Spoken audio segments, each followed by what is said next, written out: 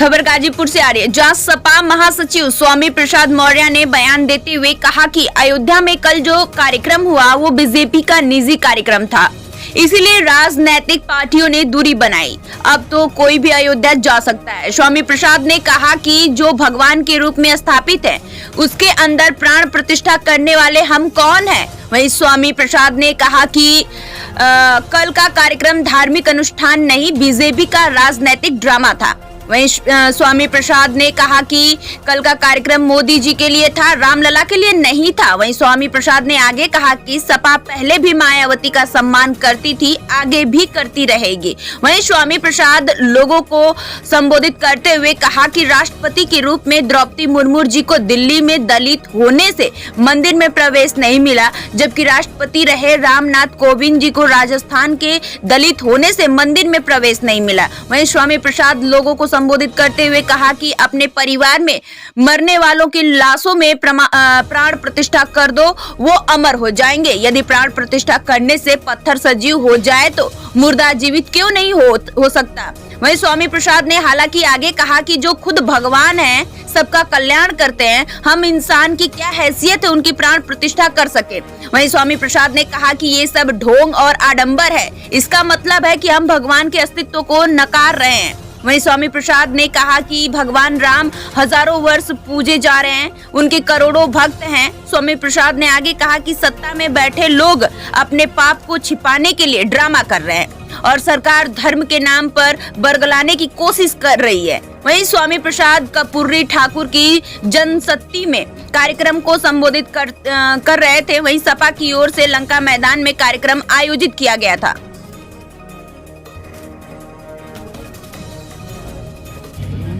देश के सर्वोच्च पद पर आसीन होने के बावजूद भी राष्ट्रपति के रूप में द्रौपदी मुर्मू जी को दिल्ली के जगन्नाथ मंदिर में प्रवेश इसलिए नहीं करने दिया जाता क्योंकि वहां बासी समाज में पैदा हुई। इसके पहले राष्ट्रपति रामनाथ कोविंद जी थे, राजस्थान पुष्कर के ब्रह्मा मंदिर में उनको इसलिए नहीं जाने दिया क्योंकि दलित समाज के थे। हमें याद है रामनाथ यादव जब मुख्यमंत्री बने तो उनके लिए भी नारा दिया गया, कुर्सी छोड़ो। रामनाथ यादव के भी लिए नारा दिया, कुर्सी छोड़ो, आजमगढ़ जाओ, भैंस चढ़ाओ। तो ठाकुर ने कहा गया कुर्सी छोड़ो, उस दूल्हा पकड़ो, बाल बनाओ। आखिर क्या ऐसा? अखिलेश यादव जी मुख्यमंत्री थे 2017 में, यही भाजपा के लोगों ने तात्कालिक मुख्यमंत्री आवास को पहले गोमूत्र से धुलवाया, उसके बाद गंगा जल से धुलवाया। क्या कारण है?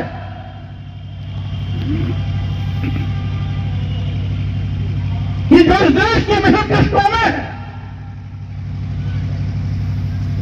जो इस देश को अपने खून पसीना जला करके देश के 140 करोड़ लोगों को रोटी खिलाने का काम करते हैं, वो मजदूर किसान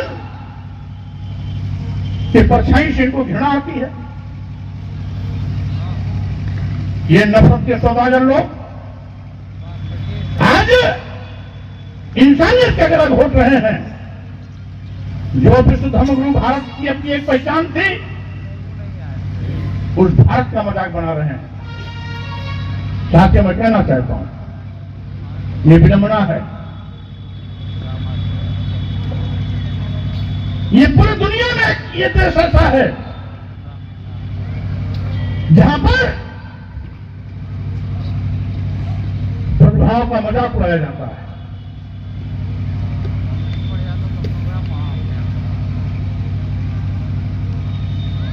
अभी कल एक टीवी डिबेट में मैंने देखा, सुना, एक कोई संत जी थे, कह रहे थे पूरी दुनिया में भारत एक ऐसा देश है जहां पत्थरों में प्राण प्रतिष्ठा किया जाता है। हमारे समाजवादी पार्टी के प्रवक्ता भी बैठे थे, डिबेट में भागी जी। उन्होंने कहा, संत जी तो अच्छा है, अपने परिवार में मरने वाले लोगों की जो लाशें होती हैं उसमें भी प्राण प्रतिष्ठा कर दो, हमेशा जिंदा रहा करेंगे, कभी मरने ही नहीं, अमर हो जाएंगे। तो अगर प्राण प्रतिष्ठा करने से पत्थर सजीव हो जाता है, प्राण प्रतिष्ठा करने से तो मुर्दा क्यों नहीं चल सकता है? ये सोच है। यहां पर पाखंड है, ढोंग है, आडंबर है। और वैसे भी जो खुद भगवान है, जो सबका कल्याण करता है, हम इंसान की क्या हैसियत कि उसको हम प्राण प्रतिष्ठा करें? इसका मतलब है हम भगवान के अस्तित्व को भी नकार रहे हैं। प्राण प्रतिष्ठा करने वाले लोग अपने को भगवान से बड़ा साबित करने में लगे हुए हैं कि प्राण प्रतिष्ठा करने वाला वो भगवान से बड़ा है, क्योंकि भगवान के अंदर जीवन वो दे रहा है। अरे भाई, भगवान राम को हजारों साल से पूजे जा रहे हैं, उस अयोध्या में हजारों साल से पूजे जा रहे हैं, करोड़ों लोग उनके समर्थक हैं, अनुयायी हैं, भक्त हैं, उनको आराध्य मानते हैं। तो जिसकी पूजा करोड़ों हजारों साल से हो रही हो, उसके अंदर नया प्राण प्रतिष्ठा करने का औचित्य क्या है? इसलिए साथियों, आज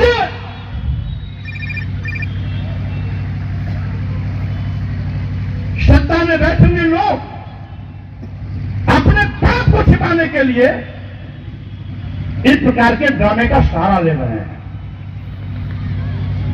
जो भगवान है, भगवान है। हमारे प्राण प्रतिष्ठा करने से वो भगवान नहीं होगा, वो पहले से भगवान है। अगर हम प्राण प्रतिष्ठा करके बाबा ही लूटना चाहते हैं तो इसका मतलब है आप अपने को भगवान से बड़ा साबित करने पर लगे हुए हो। ऐसे ढोंग को समझना होगा। आज देश का नौजवान करोड़ों करोड़ों की संख्या में बेरोजगार है। बेरोजगारी पर चर्चा न हो, इसलिए इस प्रकार के ड्रामे का सहारा लिया जा रहा है। अगर वाकई में धार्मिक नुकसान होता ये तो चारों शंकराचार्य भी उस कार्यक्रम में होते। चारों शंकराचार्य एक ही शंकराचार्य में।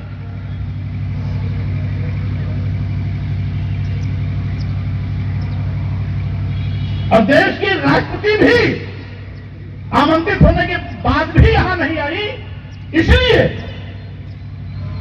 कि दिल्ली के जगन्नाथ मंदिर में वो अपमान के कड़वे घूट अभी भूल नहीं पाई। फिर अपमानित न होना पड़ा, इसलिए उन्होंने अपने इज्जत का ध्यान रखते हुए अयोध्या नहीं आई। आज जी अयोध्या जाएंगे रामलला का दर्शन करने आप? देखिए, अब तो कभी कोई भी जा सकता है, क्योंकि कल जो भी कार्यक्रम हुआ वो भारतीय जनता पार्टी का निजी कार्यक्रम था। इसीलिए सभी राजनीतिक पार्टी के नेताओं ने उससे दूरी बनाई थी। अब तो आम जनता भी जा सकती है और अन्य सभी लोग जा सकते हैं, तो कोई रोक टोक भी नहीं। स्वामी जी अभी आपने कहा एक कि पत्थर में लोग प्राण प्रतिष्ठा कर देते हैं, ये क्या था? जो भगवान के रूप में स्थापित है और भगवान सबका भला करता है, सबका कल्याण करता है, उसके अंदर हम प्राण प्रतिष्ठा करने वाले कौन है? कल के कार्यक्रम को किस तरह से देखते हैं? वो भारतीय जनता पार्टी का केवल राजनीतिक ड्रामा था, इसके सिवाय कुछ नहीं था। अगर वो धार्मिक अनुष्ठान होता तो चारों शंकराचार्य में कोई न कोई शंकराचार्य वहां होता। भारतीय जनता पार्टी, विश्व हिंदू परिषद, आरएसएस के अलावा अन्य राजनीतिक पार्टी के लोग भी होते। इसका मतलब है वो निहायत रूप से भारतीय जनता पार्टी का कार्यक्रम था, केवल मोदी जी के लिए आयोजित किया गया था, भगवान रामलला के नहीं, भगवान रामलला के लिए कार्यक्रम आयोजित नहीं था, मूर्ति और क्योंकि मंदिर- भगवान रामलला तो पहले से ही वहाँ स्थापित हैं, हजारों साल से पूजे जा रहे हैं, करोड़ों लोग उनको आराध्य मानते हैं। तो जो करोड़ों लोग पहले से उनको आराध्य मानते हैं, तो उनके अंदर प्राण प्रतिष्ठा करने का औचित्य क्या? मूर्ति और मंदिर कैसी लगी स्वामी जी आपको? देखिए, अभी तो आधी अधूरी मूर्ति, अभी तो आधी अधूरी मंदिर ही है, और शंकराचार्यों का विरोध भी इसी बिना पर था कि आधे अधूरे मंदिर में प्राण प्रतिष्ठा करने का कोई औचित्य नहीं है, ये अमंगलकारी है। एक राजनीतिक सवाल, इंडिया गठबंधन में मायावती जी ने मना कर दिया आने से, और आपके नेता को उन्होंने एक वाक्य बोला, तो उस पे आपका क्या कहना है? आप देखिए- पुराने बसपा से देखिए, समाजवादी पार्टी के नेता अखिलेश यादव जी ने पहले भी बहन मायावती जी का सम्मान किया, आज भी उनका सम्मान कर रहे हैं, आगे भी सम्मान करते रहेंगे। मायावती जी क्या बोलती हैं वो जाने, लेकिन समाजवादी पार्टी के नेताओं ने हमेशा बहन मायावती का सम्मान किया है। जैसा आप मंच से कह रहे थे कि देश को बेचने वाले लोगों को रोकने के लिए सबको एक होना चाहिए, तो ऐसे में बसपा को भी कुछ कहना चाहिए? स्वाभाविक रूप से मैं तो, हम क्या, हमारे राष्ट्रीय जो गठबंधन बन रहा है, इंडिया गठबंधन के सारे नेताओं ने उनके पास प्रस्ताव रखा भी है, आमंत्रित भी किया है, इंडिया गठबंधन के दरवाजे सबके लिए खुले भी हैं। क्यों नहीं आ रही? मायावती जी आएंगी तो स्वागत है। क्यों नहीं आ रही, क्या लगता है? अब इसका जवाब तो बहन मायावती दे सकती है।